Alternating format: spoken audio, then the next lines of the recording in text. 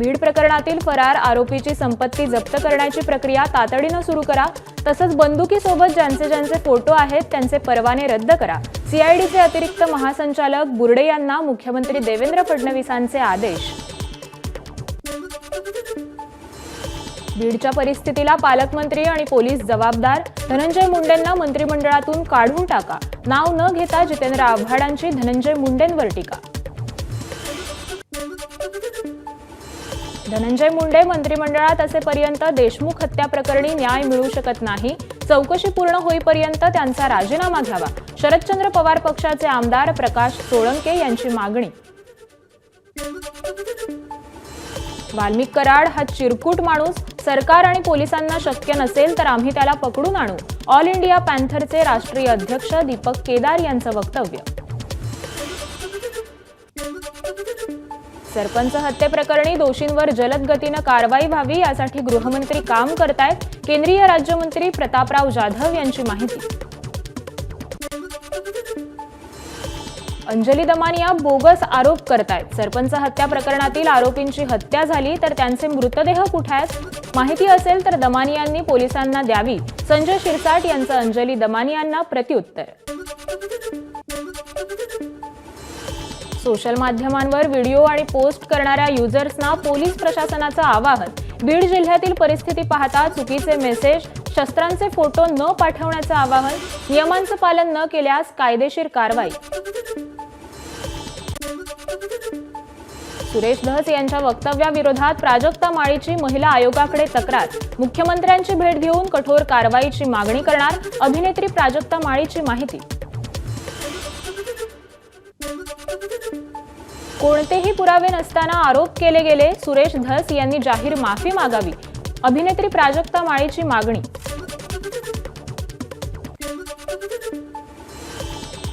देशमुख हत्या प्रकरणावरील लक्ष वळवण्यासाठी प्राजक्ता माळीची पत्रकार परिषद। काहीही चुकीचं बोललो नाही त्यामुळे माफी मागणार नाही, सुरेश धस यांचं वक्तव्य।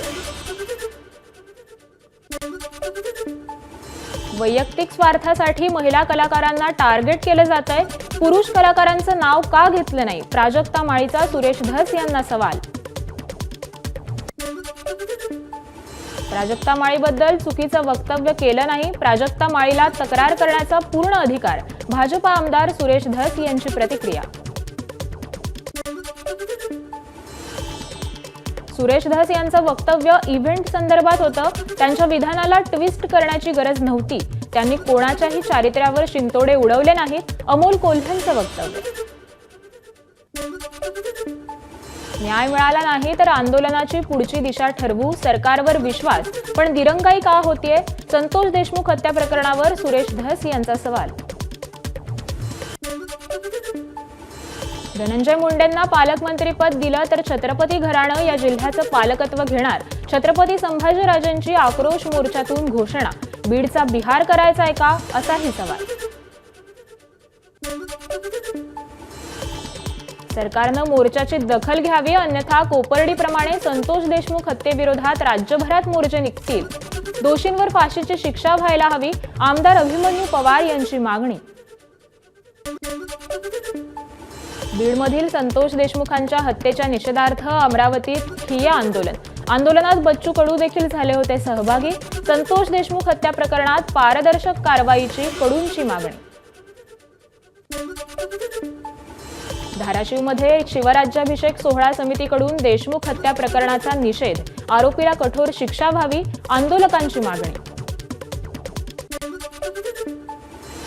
जितेंद्र आव्हाडांचं कथित चॅट रुपाली ठोंबरेंकडून एक्सवर पोस्ट। बीडमधील मोर्चा आणि धनंजय मुंडेंबाबत अज्ञात व्यक्तीशी आव्हाडांनी चॅट केल्याचा दावा।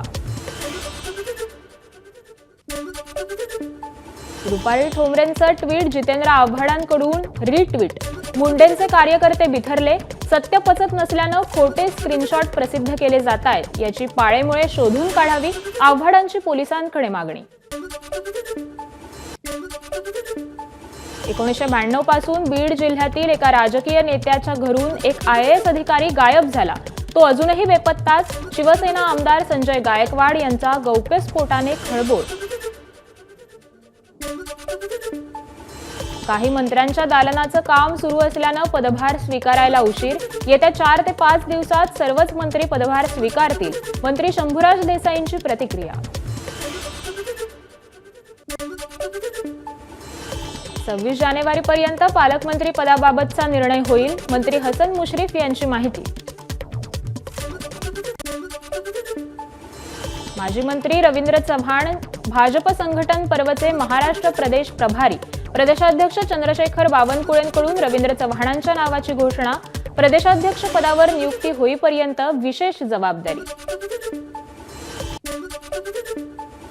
अजित पवार यांच्या राष्ट्रवादीची दिल्ली विधानसभा निवडणुकीसाठी उमेदवारी यादी जाहीर. 11 ठिकाणी राष्ट्रवादी देणार उमेदवार. महाराष्ट्रात राष्ट्रवादी युतीत असली तर दिल्लीत मात्र स्वबळावर लढणार. राज्यातील सौर ऊर्जा प्रकल्पांच्या कामांना गती देताना गुणवत्ता राखा. मुख्यमंत्री देवेंद्र फडणवीसांचे निर्देश. राज्यातील हवाई दळणवळण वाढवण्यासाठी विमानतळ प्रकल्पांच्या कामांना गती द्या. महाराष्ट्र विमानतळ विकास कंपनीच्या संचालक मंडळाच्या बैठकीत मुख्यमंत्री देवेंद्र फडणवीसांचे निर्देश. धारावी पुनर्विकास प्रकल्प प्रायव्हेट लिमिटेडचं नाव बदलून नवभारत मेगा डेव्हलपर्स प्रायव्हेट लिमिटेड. पुनर्ब्रँडिंगचा भाग म्हणून प्रकल्पाचं नाव बदलल्याची माहिती. मत्स्योद्योग आणि बंदर विकास मंत्री नितेश राणेंकडून करूळ घाटाची पाहणी. घाटाचं 60% काम पूर्ण. 10 जानेवारीला पुन्हा पाहणी करणार. त्यानंतर 15 जानेवारीपासून एकेरी वाहतूक सुरू होईल. राणेंची माहिती. पुण्यात भिंतीला हिरवा रंग देऊन हार फूल चढवण्याचा प्रकार. व्हायरल व्हिडिओनंतर खासदार मेधा कुलकर्णींनी हिरव्या रंगावर चढवला भगवा रंग. सदाशिव पेठेतील ज्ञानप्रबोधिनी शाळेच्या शेजारील घटना. कल्याण गांधारी ब्रिजवर विशाल गवळीसह पत्नी साक्षी गवळीला घेऊन जात पोलिसांकडून पंचनामा.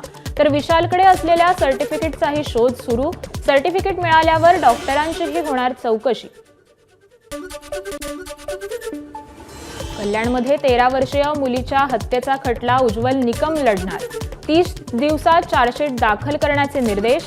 4 महिन्यात आरोपीला कठोर शिक्षा देण्याचे मुख्यमंत्र्यांचं आश्वासन. कल्याण लैंगिक अत्याचार आणि हत्या प्रकरणातला आरोपी विशाल गवळी भाजपचा कार्यकर्ता. महेश गायकवाड यांचा गंभीर आरोप. भाजपचे पदाधिकारी गप्प का? गायकवाड यांचा सवाल.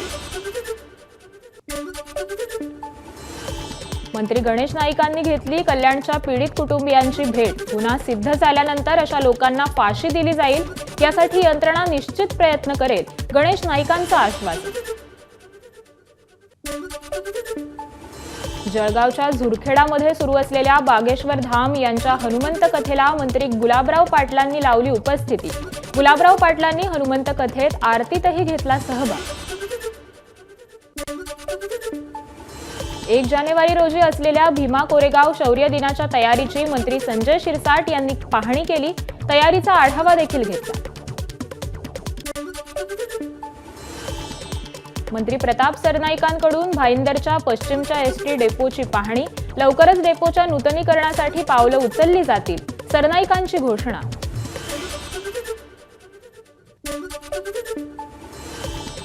शिवसेनेचा विभाग प्रमुख लालसिंग राजपुरोहितांसह 4 ते 5 शिवसैनिकांविरोधात गुन्हा दाखल.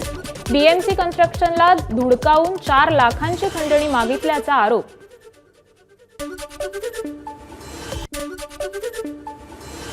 गोंदियात रेल्वेच्या धडकेत 60 वर्षीय वृद्धाचा मृत्यू. हावडा मुंबई रेल्वे महामार्गावरील पदमपूर परिसरातील घटना. मुंबई अहमदाबाद महामार्गावर अपघात. तलासरीजवळ महामार्गाच्या उभारणीचं काम करणाऱ्या ठेकेदाराच्या टँकरनं दुचाकीस्वारांना चिरडलं. एकाचा मृत्यू तर अनेक जण गंभीर जखमी.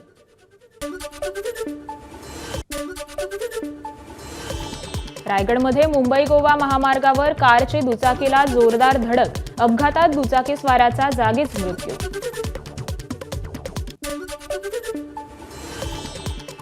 जळगावमध्ये धावत्या रेल्वेचं इंजिन डब्यांपासून वेगळं होऊन पुढे गेल्याचा धक्कादायक प्रकार. चालकाच्या लक्षात येता डब्यांची पुन्हा केली जोडणी. 2 डब्यांना जोडणारी कपलिंग तुटल्यानं हा प्रकार घडला.